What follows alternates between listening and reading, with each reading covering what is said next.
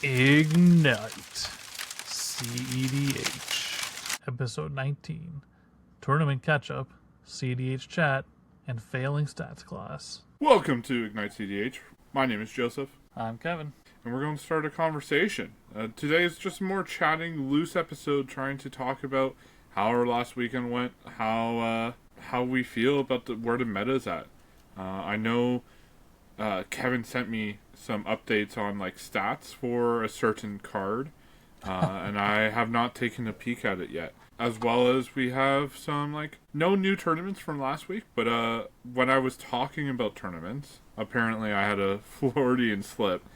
I want to make sure, set the record show. Yeah. I prefer events that have proxies. Yeah, well, we can actually, we got time. We may as well read the comments. Because Costa, they're correct here in their point. So Costa left a comment on our Spotify, which is awesome. Costa said, if you think that tournaments that allow no proxies yield a better pool of players, you have really lost the plot. Without proxies, the CEDH format would not exist. Also, rolling your eyes at tournaments that do allow proxies does not really sound like you are as inclusive, in quotes, as you say you want to be.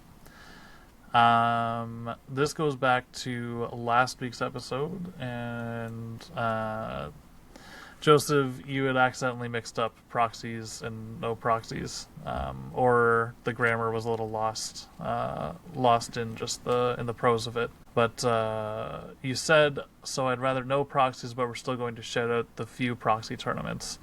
When you said that, did you mean you meant the tournaments that allow only a few proxies, right? Like the proxy. Yeah, I meant that I am on the line of having proxies. I prefer going to 100% proxy tournaments than proxy tournaments that have no proxies or limited amount of proxies. For example, the one we went on to, we both went to on Sunday, had a limit of 10 proxies, and like the power level definitely changes when it has that limitation.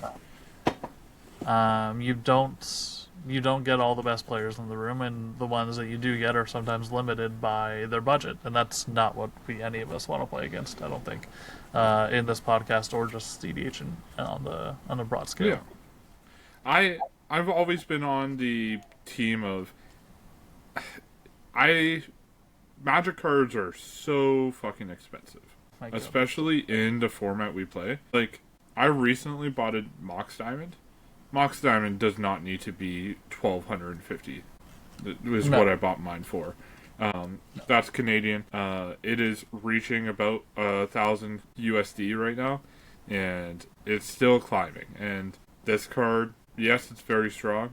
It's being played in another format for first time pretty much ever, and because of that, it's just kind of been sky. Yeah, pre-modern. Nice. Yeah, I wanted to look at checking that out. PAX is hosting a pre-modern tournament. So they're going to be their first tournament circuit. I think they're going to target the second Saturday of every month, and they're going to be full 100% proxy. So maybe go. I can't make the tournament next weekend, but maybe Woodstock is close enough that I can.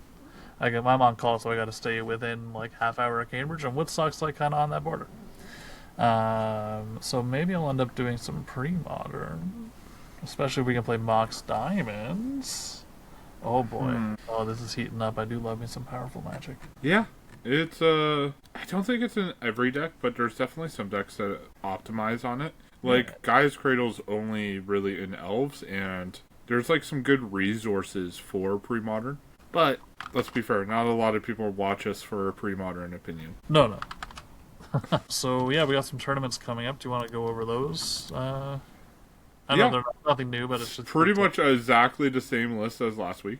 Yeah. Minus the ones that happened last week. Okay, so for events coming up, we have a few events coming up. We have every Monday night, Legendary Collectibles in Mississauga does their league for CDH. That's coming to a close at the end of the month. We have 3 more weeks of that. In order to qualify. Right now, I think I'm on the edge, mostly because I only can play 2 out of 3 games every week, so I can only play like 33% less games than most people. But excited to see that come up. Coming up, not this weekend, but next weekend, we have Orangeville on the 15th. Are you attending that? I'm pretty sure I am. I'm not. I'm on call that weekend, so I gotta stay within half an hour of Cambridge. Brutal. Womp womp. Womp womp. Then we have the 22nd. We have a new tournament just recently posted. Esper March CEDH Showdown. Yeah, Esper Cards and Games in Scarborough is hosting their first CEDH tournament. Don't know anything about them. Excited to see them on the list, though. Also on the 22nd, Forbes Hobbies. I am already signed up for that. That's why I don't see it in my list. Okay. Yeah. Yep, so I can't go to Scarborough. That makes sense. Yeah, it's unfortunate when they chose to host their event. We just like on the podcast found out. So yeah, it is what it is. It's not a huge ordeal. Like no, people can overlap events. That happens all the time. Not too upset. Hopefully I can make it to the next one. On the 29th, we have Curtis at the Critical Hit Gaming Lounge. 28th is the Mana one. Mana Lounge. Oh, Mana Lounge in London. That's a good one, too. It doesn't show up on my nearby list because I'm quite far away from it, but that makes sense. Yep. Then the following week we have Enter the Battlefield on April 4th. Yeah. Anything else that week? I think there was another thing. SOCC on the 11th. Yeah. 25th, already capped, Waypoint. I believe, so I'm excited for that tournament. They got 51 registered. Oh, wow. I didn't realize they could even go up to 51. That store is decent size, but not that huge. Yeah, I thought when we were talking I think we were having a discussion in their Discord, the SOCC Discord, and they mentioned that they could do more players, but they only sold out part of the store just to test out the event for the first time. Yeah, they have One Piece going on the same days, on Saturdays, and they want to do the event on Saturdays, so they have to reserve like 16 seats to One Piece. Cool. So they could theoretically do, I think, up to 72 is what they said to me. Yeah. Wow. But they just can't reserve that much space. Nice. Which is fair. They have a decent One Piece crowd. Know nothing about it, but it is what it is. But yeah, a lot of good tournaments coming up. This weekend's actually a weekend off. I don't really have plans. I'm going to go. We're going to my partner's cousin's birthday. Going to have fun in Toronto, and then Sunday I think I'm going to edit maybe our first gameplay video. Ooh, nice. At least learn how to edit. Who knows how well that will go. I don't know. You might want to budget your time. I'll budget a lot of time for that. I have the whole day. Perfect. No promise that will be released. It is the pilot, but I have some friends coming onto. I think we're going to use Convoke and just kind of test it out. Nice. Since you and Andrew aren't available on Friday. Yeah, it's unfortunate, but you've been on a bit of a hot streak lately because you also top 4 to the Forbes tournament. Yeah, our local tournaments I tend to do well in. Yeah. I did Tough Mulligans. I was trying to Rogsai out, and the first 3 rounds didn't go so hot. But then I started commentating on the last round. I did a little bit of commentating with pause for dramatic effect. Commentating with Chad from Tough Mulligans, and I got to commentate it Endermorphs and Duders, Mr. Mateo's match in the 5th round, playing for winning it. That was fun. Yeah, I went back and watched. I think I got through most of it before I had the indie, but you sounded good. You knew what you were talking about, and when you didn't, you handed off to Chad, who knew a little bit. I think you were kind of. You didn't quite know. There was an Ashling deck that I had like no idea, which is like brand new on the scene. Like what, 2 weeks ago? Lorwyn, yeah. I guess Lorwyn. So a month ago, but still, 6 weeks ago. Takes time to develop CEDH decks and for it to come on the scene. Yeah, and like I know, obviously I know Mateo's deck pretty well, and I know Andrew's deck a lot because like he's our third co-host. He's been really busy with his twin kids. I think his wife's out tonight, so we couldn't actually get him on the recording. But he top 16 Tough Mulligans, over 100-person tournament. Not even top 16. He top 4'd it. That is 3 months back to back to back that Ignite CDH top 4 Tough Mulligans. I started the trends, you followed, and then Andrew. Was a great role for us, and hopefully in the coming Invitational, which is... April when is that? 4th, I want to say. Ooh, that is the same day as ETB, so I'm not going to ETB. That's fine. Yes, Saturday, April 4th, 9 a.m. CST. The Invitational is more important to me. I like big time, yeah. That's... top players, like... Yeah, sounds fun. That's really exciting for me personally. I was kind of surprised I qualified because I only played like 2 tournaments. Maybe. No, apparently, like there was people with 1 point that qualified. Oh, really? Did they ever go through how to earn the points? Like what the? Oh, maybe it's top 84. I don't remember what the qualifying rank is, but it's like if you top 16, you're pretty much locked. Like top 16 in one tournament. Okay. You're in like 6. Yeah, that's not bad for doing like I think I've done 2 or 3 tournaments with them. Yeah. There's one I was on. Mr. Andrews 3rd overall. He started off really hot. I got top 16, number 4. Yeah. Because I think I've top 16 like 2 or 3 of their tournaments, and then the top 4 really helped as well. Yeah. But, so I think us two will be doing that. I can't imagine Andrew misses that either. Yeah, I can't imagine he will. It went really late last time. Hopefully it doesn't go late again.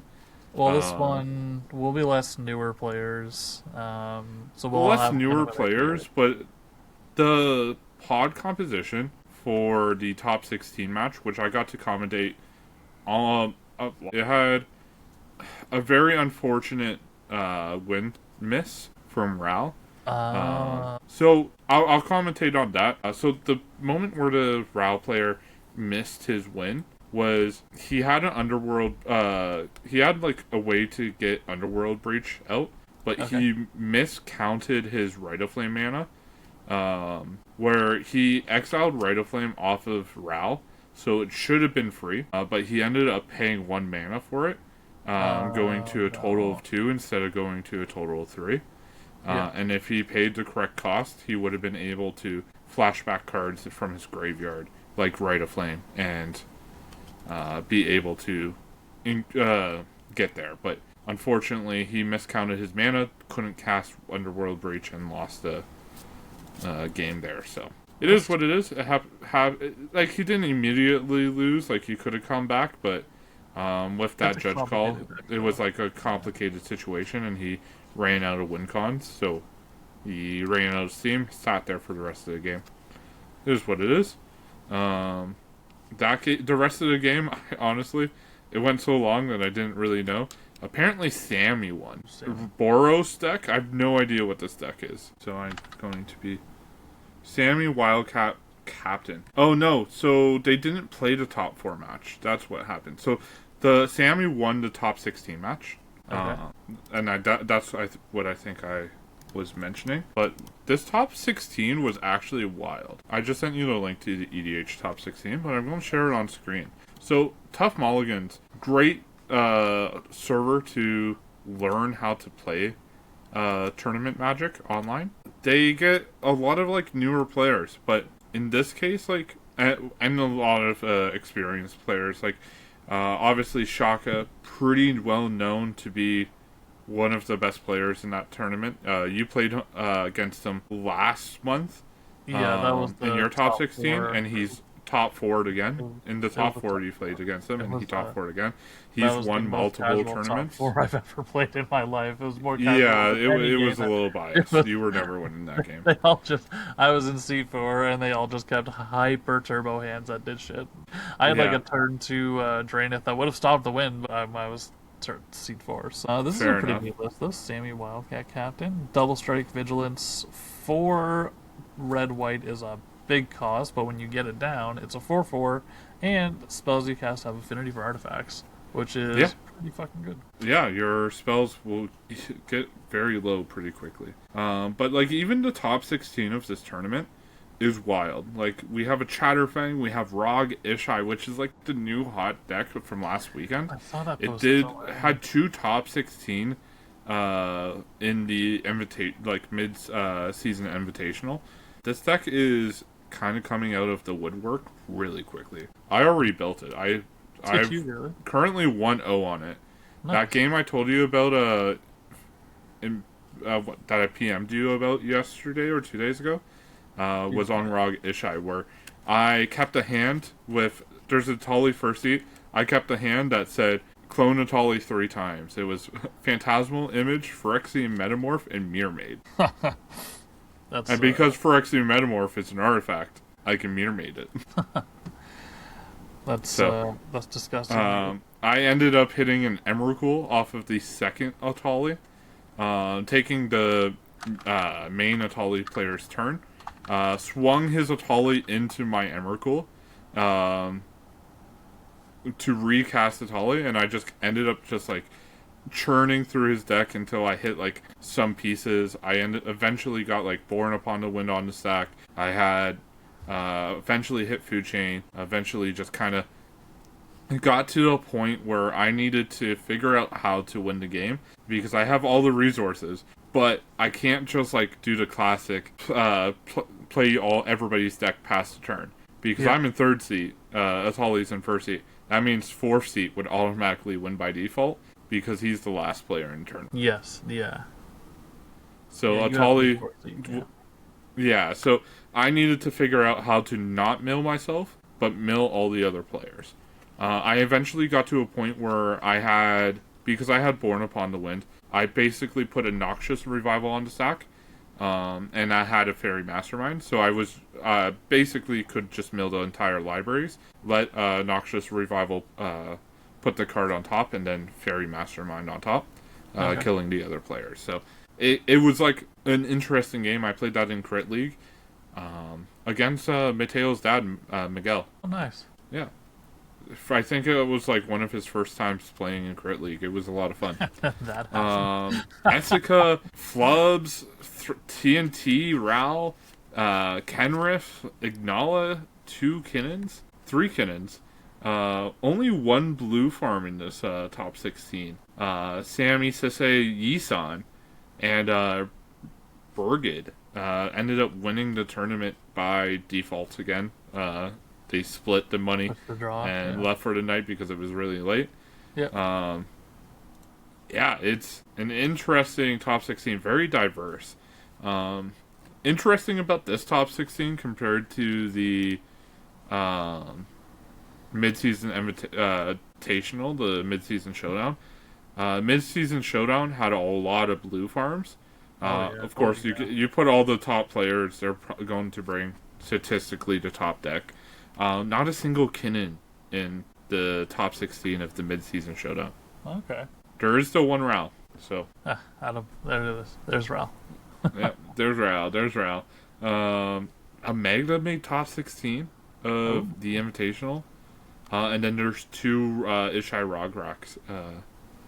So, pretty hot tournament. I'm 1, 2, sorry? 3, 4, 5, 6.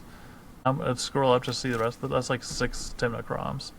7, 8 Timna. Half the top 16 was Timna Crom. Yeah. Oh my god. Yeah. And some of them weren't on add-ons. I don't blame them. I'm considering cutting it myself. I've been considering or Necro. Like they went on to more of control bases. Yeah. Some were on like that turbo basis. A lot of them were on the control angle. I consider taking Adnaz out for Kefka. Yeah, that's fair. I don't really cast or search for Ad Nauseam that much. When I do, it's often not a game-winning spell. It's more of just like a counter check. Like, hey, do you have the counter spell? Yeah, that's fair. Yeah. It's interesting because like the metagame for the mid-season, from what I've heard, is it was supposed to be a 7-round tournament because only X amount of people got invited. They were doing a 2-day event, 7 rounds. Okay. Last second, apparently day of, they announced it that it was only going to be a 5-round tournament because they only had like 64 players or something like that. 55 players.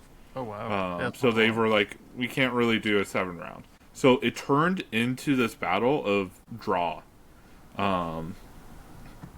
And you see like multiple people trying to get 1 win, 4 draws, because the cut point was half the 8-pointers got in, half the 8-pointers didn't. So if you had 9 points, you get there. You would have made it, yeah. Huh. Yeah, two wins 100% locks you. 1 win, 4 draws locks you, and then 1 win, 3 draws was a 50-50 chance you get in. So it was a very tight race. I've heard people say that you get into a pod, one bad thing happens, and people immediately try to offer the draw because they were just trying to say, "Hey, I'm behind. I think this is a draw point now. I'll win another game in the future." People sometimes just get really quick on that draw. That's kind of would like to play in a tournament that tries out the European MTR, where draws just become resets up until a certain point. Yeah. So I feel like there's so much extra time sometimes where like a draw happens like 20 minutes in. You can still play and finish a CEDH game in 60 minutes. By all means. Yeah, that's fair. It's just wild because you kind of like get into this point of this tournament where 38th and above were probably at like 4 draws and just needed 1 win. So they had to play out round 5. And there's like so many people just like 0-1 and 4 just trying to get that 25% chance to win that last round. There's some interesting decks that just barely didn't make it, like Lady Octopus, Scion of the Ur Dragon, Gyrudo was there, with 1 win. We do love dragons. Yeah, Rakdos the Muscle. That's a mill deck, I think, right? That combos with the mill. Yeah, it combos with sacrificing specifically. Yeah. So it doesn't necessarily mill, but it gets to this point where you're basically exiled the whole top of your library and have a way to loop like Gravecrawler or something that comes back to the battlefield for free. Huh. It's an interesting deck. But yeah, so 2 major tournaments. I played on Sunday, like you mentioned a little earlier. We both played, actually, in a local event in Cambridge. That was a fun event. I had a bit more success than you. Yeah, it was a weird one. It was a 1-win, 2-loss day for me. I went for second match. I went 0-2, and then I got my win. But the second match, I had a Savine's Reclamation flashback on the stack, and it was countered. So all my other pieces were in the graveyard. No way to get them back. I had the wind in my graveyard. It was really disappointing. And in my hand, I had an LED on the battlefield, and in my hand, I had a Decon and a Dispel. And I had to decide if I wanted to keep Dispel up for the next turn cycle, because my only mana available was an LED, so I couldn't use it to stop the counterspell. And earlier that turn, I'd hit a player with Ragavan and exiled a Rhystic Study. And I think the mistake was not casting the Rhystic Study, because we played like 6 more turns. There was a bunch of spells on the stack. People had a lot of mana. Some of them would have been paid for, but eventually I drew into Smothering Tithe, and that would have started pinching mana a little more, where people would have had to pay. One of them was an Urza player, so he probably would have been okay for a while. He ended up winning. And then the last match I won, I kept a bit of a risky keep. It was a 3-pot again. First player was on Anala. I was in second seed on Blue Farm, and there's a Blue Farm player in third seed. And I had a turn 1 fish if the Anala player played a blue land. They had an Exotic Orchard and some Artifact Ramp. And then I drew a Mana Vault, and I went from my turn 1 being Orchard into Fish to Orchard into Vault into Fellware Stone into Mox Opal into Fish. There was no point I was losing that game. Yeah, for me, like, I had a very interesting day, honestly. So This was a minimal proxy event. Like, there was only 10 proxies available. My Ral deck is under 10 proxies if I take it out of Kenrith. But my Kenrith right now is triple sleeved, and I was too lazy, so I just showed up, played Kenrith. And boy, was that a decision. In my first game, we were put into a 3-pod because there was only like 22 players or something like that. Not a huge tournament, but an alright size. So 22 players. I get put against like a Rogsai, a Blue Farm, and then it's me in 3rd seed, I believe. Rogsai, don't remember it doing anything really. I think they had one pivotal spell and it was countered, and it was like, shucks, I'm behind. She mulled to 4. So that's not good. it was kind of like, hey, I have a wheel. Can this resolve? No? Okay. Blue Farm then. So it got to like turn 4-ish. I got a Smothering Tithe down. Had Kenrith down. Going into people's turn 5. I'm in like a decent spot. Wish Smothering Tithe was a little bit better here, but it wasn't too awful. But like, I know Rogsai immediately just wants to wheel whenever they can. It gets to the Blue Farm player's turn, and this guy is fairly new. I've never seen him at a tournament. He obviously, he felt like a really strong player. He thought out his moves pretty thoroughly. However, he tried to Thoracle Demonic Consultation, and I had no way to counter it. However, I have this nifty commander that says target player draws a card. You gotta check for the card draw when you consult. Oh. I thoroughly apologized and said, I'm sorry, mate, but I have to let you draw a card. And he was like, well, I have nothing for that. That was a mistake. Good game. That's the best way to take it. Yeah, he was very humble about it. It feels really bad, but it's like, what can you do? Like, I'm not going to lose the game. No, of course not. No, it's so a tournament. it's like, you play heroes. It's a tournament. I go and play it out. Rogsai, I end up winning that game. Rogsai was just too far behind. I don't fully remember what I did. I think I did my Composite Golem loop. Not really giving them any wiggle room. And it was just over there. Round 2, I faced against Larry. And it was also a pretty interesting match. One of the store owner's kids, who also works there, Eric, was in 1st seat with Kinnan, or something like that. And he was on Kinnan. I don't remember seat order 100%. I think he was 1st and I was 4th. Okay. And I had Mr. Larry in going right before me. And he was playing, I think, Blue Farm. Makes the most sense to my memory. And I got to a point where I like had a walking, I had a like Smothering Tithe again. Smothering Tithe really fucking busted card in Kenrith. And everywhere. But it is really good when you have mana sinks, absolutely. Yeah. Kinnan got a Jin Cataxis out, so everybody was discarding their hands.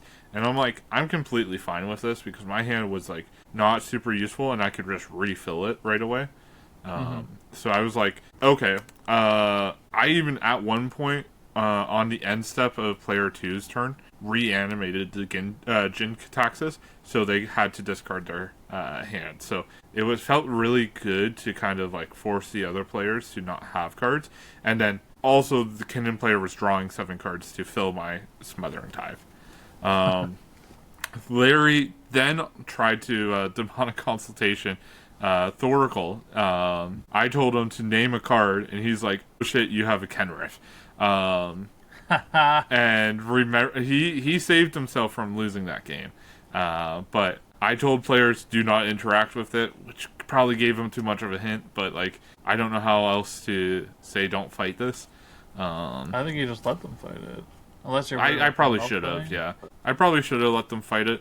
It sounds like you were in a pretty strong position. So if you let them fight it, I would have won that game if he ended up killing himself. Yeah. He ended up putting a Smothering Tithe down with Fairy Mastermind. That's pretty strong. And like that doesn't guarantee win you the game, but my line was I had to draw a few cards, find a... Oh, he also had an OBM, which is very strong when you have a Fairy Mastermind Smothering Tithe. Yeah, that changes the math a little bit.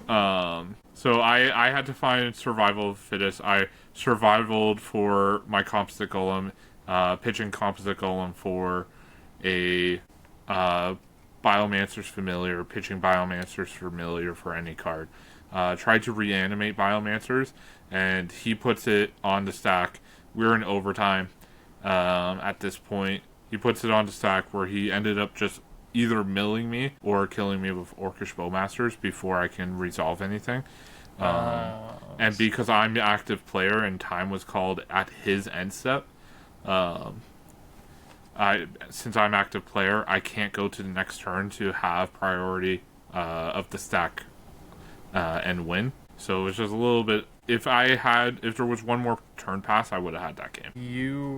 Because my Smothering Tithes would resolve before his Smothering Tithes, which means I could reanimate or heal faster than the Bowmaster can kill me. Yeah, so you couldn't pass turn to the next player, is what you're saying.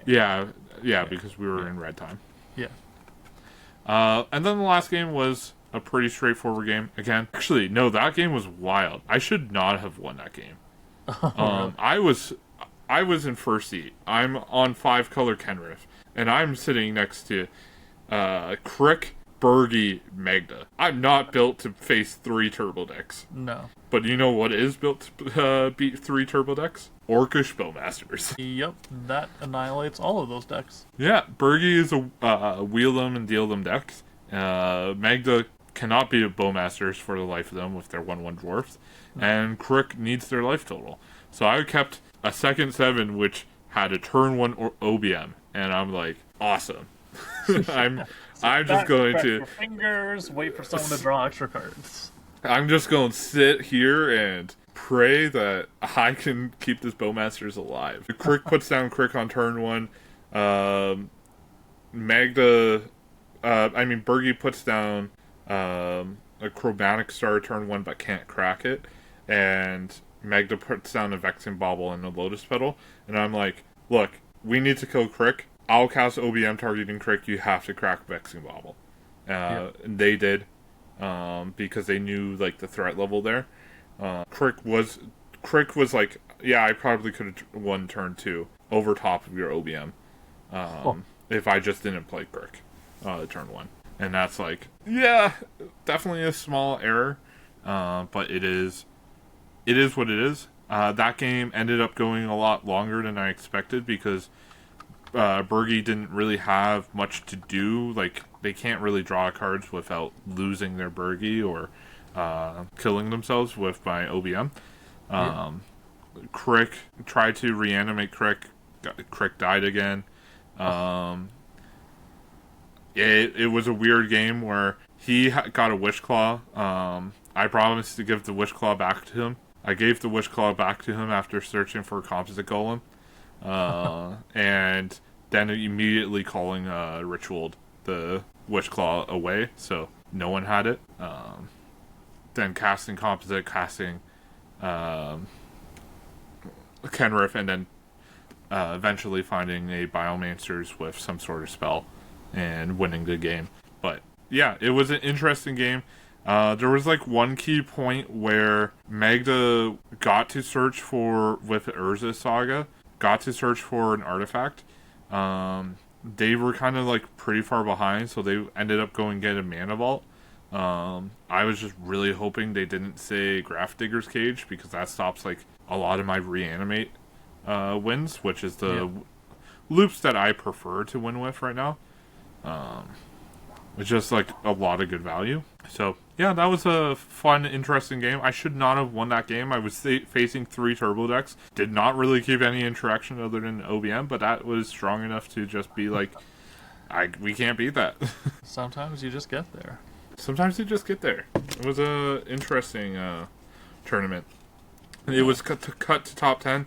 I was first overall with 11 points.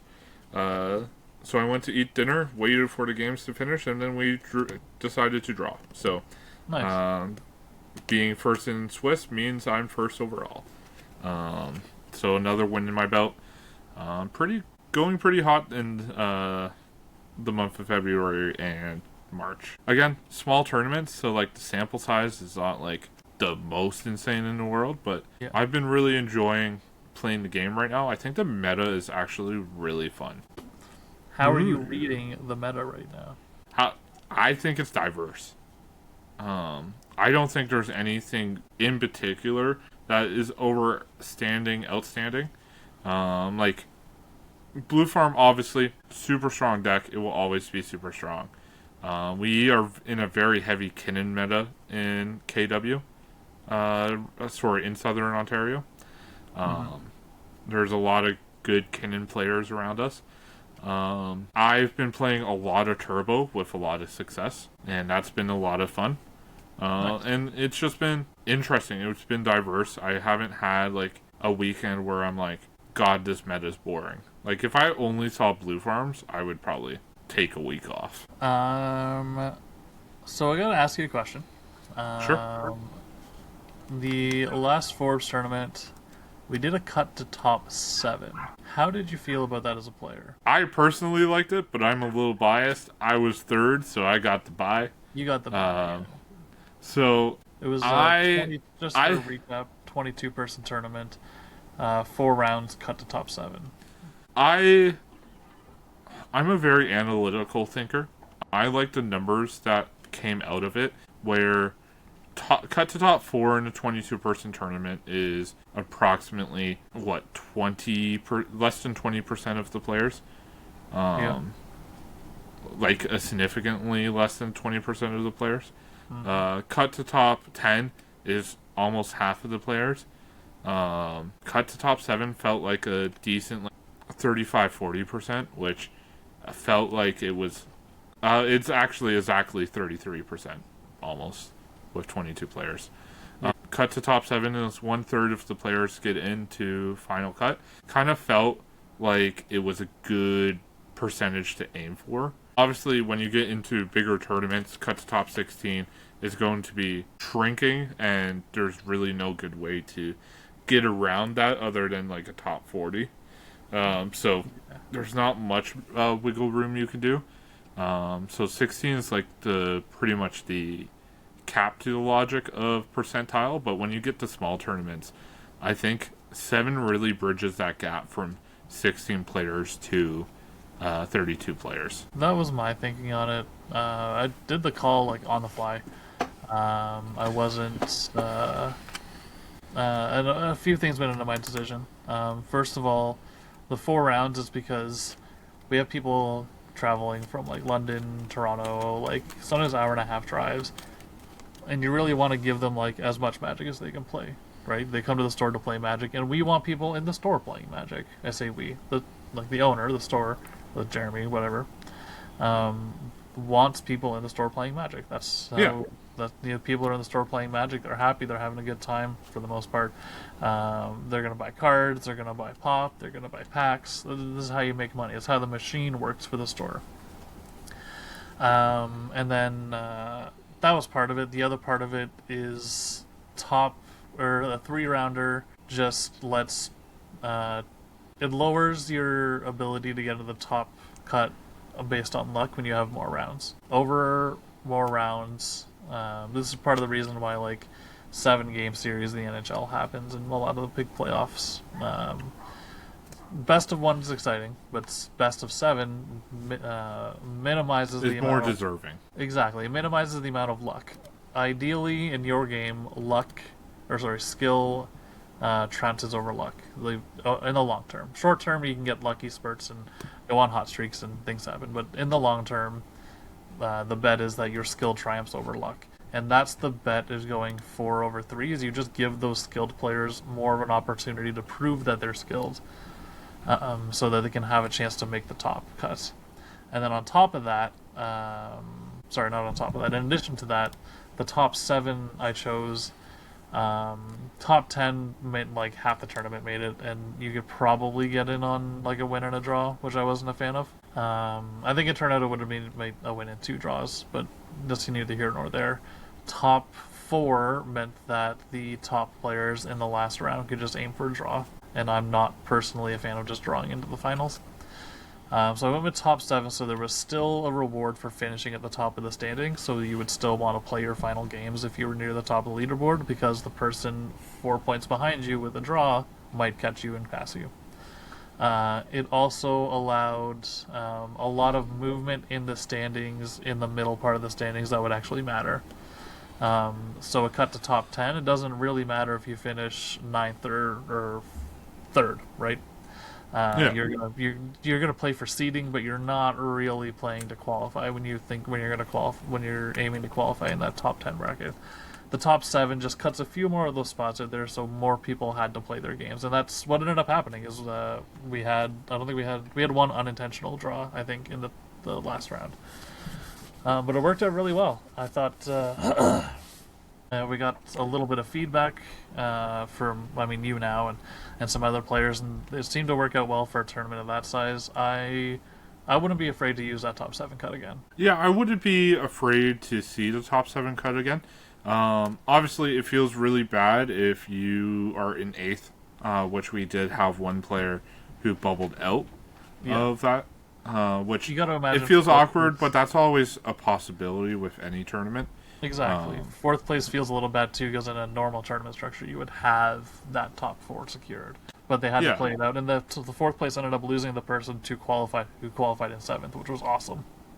Like not for that player, but just in terms of like the tournament structure and the tournament organizing side. The sport management tournament organizer part of me was like, that's awesome. The player in 7th won the whole tournament. Yeah, he came back and won the whole tournament, and that's why I'm okay Tim Nadargo's that top a little bit. Really good deck. Yeah, and a really good pilot too. But yeah, no, it was a fun last couple of weeks. I'm excited for the weekend off though. Yeah. Probably just play Crit League and relax. And you're not gonna go snowboarding? It's raining right now. I don't think there's a lot of snow out there. My ass still hurts from 2 weeks ago. You have time for one more data point. Yeah, let's see it. Yeah, so we got an update from @datatog on X/Twitter for Hexing Squelcher. They came out with the Hexing Squelcher stats updated since Lauren Equips came out. And 2 Izzet decks are at the top, and they have very different outcomes. I also learned what p-values stand for because I googled it. P-value here. That's what it's sort of about. Oh, lowest p-value. So p-value is I think it was probability value. It's basically the chance or the measurement that statistics uses. This is my understanding. I'm not a statistician. Talk to a statistician if you like one. Try asking Datatog. I have asked them twice. They have not answered. It's okay. We still love the data. My understanding is that it's basically the control for how random something is. So the lower the p-value is, the less random the results are. A p-value of under 0.05 or 0.05 or under is considered statistically significant. I would probably broaden that a little bit based on like some of the numbers we have here. You can't see it, but that's a 0.37, I think. Of course, it's not going to come up there on the blue farm. But so the 0.01 and the 0.03 are really assuming these statistics are properly farmed. That means they're very accurate. They're recreatable. This isn't this could happen by random chance. This statistic is repeatable. Yeah, and you're kind of seeing why. So in this data points here, you're looking at the win rate with and win rate without to get that delta. Yeah. And that delta, the higher the number, the more it looks like the p-value is more relevant. It's saying it's more reoccurable. Not in every single case, but I think it's based on also the amount of entries overall. Trying to kind of just do a study, because the closer you have to more balanced entries with and without, you can kind of see better stats with. I would guess it's also the similarity between the lists other than that card. Because there's so many different builds of Blue Farm, right? So if you're on a turbo version of Blue Farm that plays Hexing Squelcher, is going to do very different than a control version of Blue Farm that plays Hexing Squelcher. I wouldn't necessarily I'm just speculating that here. This is speculation. Yeah. I think Blue Farm has a low p-value because it's like it's almost like a equal win rate delta. So it has that natural, even though it has a shit ton of entries, right? Blue Farm also just has a... what's the word I'm thinking of? Like, it plays a lot of good cards anyway. You're not going to see a lot of change from card to card when you're playing the top 10% of cards, let's say. Yeah, that's fair. So, I think I need to put Ral back, Hexing Squelcher back into Ral. Based on this statistics, yes. Yeah. It would up your win rate by 6 points, which 6%? is... Well, that doesn't up your... This is where statistics get fun and you get into, like, the nuanced statistical analysis. Because you are going to up your win rate by... your win rate will go from 21 to 27%. That's a 6% increase. And I might be saying this, or I might be mixing up my words with this. But the actual percentage of wins, the percentage of games you win, goes up 6% out of 20 is almost 33%. You're going to win 33%. Gosh, I hate statistics. Statistics are hard as fuck. Yeah, but I think I get what you're saying. So, for example, if we look at Ral's win rate with and without, you get 120 games with and 40 games without, which is exactly 33% increase. Yeah. So 120 versus 40. That's 1 quarter increase, 25%. Yeah, it's a 7. It's 25, exactly. We're gonna cut some of this for sure. No, it's exactly 25% because you'll get a total data sample of 160. 40% is 20% of those games, yeah, of the wins, but the win rate, yeah, but your win rate increases significantly. It's not just I win, like, if in 100 games I win 6 more games. Sure. Yeah. That represents a 33% increase over the sample size without, which is crazy. But that's how, like, big companies will use, like, statistics to trick you, is to say that when really you're getting 6 more wins out of 100. But they'll say, you're gonna get, like, if I was trying to really sell Hexing Squelcher, I'd be like, your win rate's gonna increase 33.33333, repeating forever, of course, percent. That's a little deep cut. So, like, what can we learn from this data? Most decks want to play Hexing Squelcher. Yeah, I would say right up until... Again, this is where my lack of statistics shows. I would for sure say Kefka is, like, close enough to that statistical balance that you want to play it. Maybe Roxai, although some Roxai lists have intentionally been cutting it because it is a turn 2, or is a 2-drop, essentially do nothing. If you're not, like, winning that turn. Yeah, I just think you hold it off. Like, if you don't want to cast it, just wait until you can. Yeah. Right? You get to a point where, like, you might have a way to just have 4 mana and you can cast this first and then Underworld Breach and it feels good. You don't need to cast it on turn 2. And I think that's the biggest fault with this card is I think a lot of people I've seen play it incorrectly is they just jam it. They're like, I am going to put this card out there, pass the turn, hope it gets to my next turn to win the game. Yeah. Which I just don't think that's the way you do it. I think if I'm playing it in Ral, I'm going to hit a critical mass, and then I'll play Hexing Squelcher to kind of just lock it down. I think actually in Ral you might make the argument to play Hexing Squelcher very early, because that's going to make your opponents choose between removing Ral or removing Hexing Squelcher. Yeah, like I don't disagree to that comment, but that's one less removal spell for Ral. Yeah, I don't disagree. The issue is there's also like a lot of moments where I might have a surplus of red mana due to just hitting a lot of rituals. Yeah. Where putting a Hexing Squelcher at that time is kind of free. Also, if like I feel pretty confident, I could just discard Hexing Squelcher to one of my discard draw twos. Yeah. And it's kind of like none the wiser in a sense. Yeah. But I just thought you'd like to see that interesting dichotomy between VV and RAL. Yeah, the VV is definitely a more control deck, so I don't think Hexing Squelcher is like hey, I'm playing Hexing Squelcher, now I'm a threat, even though VV doesn't really want to be a threat. On the flip side, Kefka also a control deck. I've seen variants of control, but I still feel like Grixis has that reputation of being turbo. Having the black ability for black spells kind of has you could just Oracle Consult at any point. Being in Izzet, it's really hard to win in Izzet. It's not like absurd, but it is a color pairing that doesn't have a naturally easy win con. You have Underworld Breach Brain Freeze, but beyond that, it's like there's no other 2-card combo. Like you're going to gain insane value if you get a Curiosity on a VV. No doubt. No question in anybody's mouth. But that's not a guaranteed win. Yeah, that's true. So, I don't... Yeah. Hey, if you liked the episode, follow us, subscribe, leave a comment below to give an opinion or what conversation you would like us to start next. How do you feel about it? I also said like the video if you liked it. Join our Discord, link below.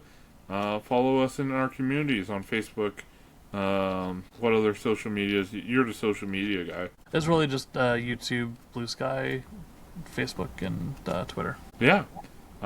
Thank you guys for listening to us conversate, communicate, talk to each other, chat.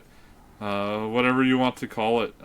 We enjoy being here. We enjoy having you guys watch us week after week. And thanks. It's nice to see the community grow. Every time we go to a tournament, there's always a few people we know from the community. So it's always awesome to see you guys there. Hopefully we could get Andrew back out soon for some good overreactions. I'm sure he's stored up quite a bit. Oh, I hope so. I sure hope so. And who knows? Maybe a gameplay video soon. Stick around. Have a good night. You too. Bye now.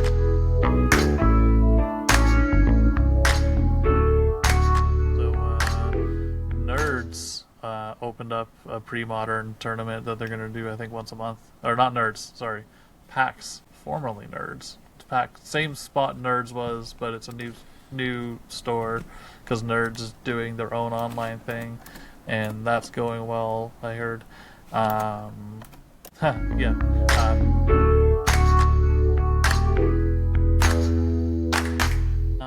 You ended up actually top 4ing the Gamebridge event, though. How'd that go? I technically won that event. Oh boy, winner, chicken dinner. I was top in Swiss, and we split top 4. So by default, I won that event.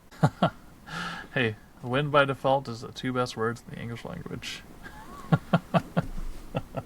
I could think of a few others, but maybe in CEDH. Simpsons reference, not Simpsons reference. Oh, is it really? Yeah. I guess that it does sound very Simpsons.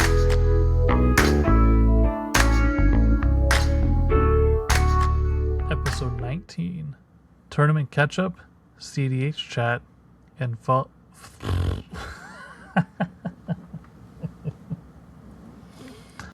Episode 19. Tournament catch-up, CEDH chat, That's the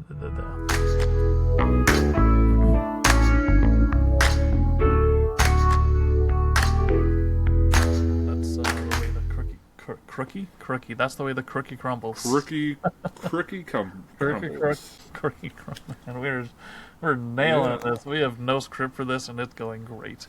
Fantastic.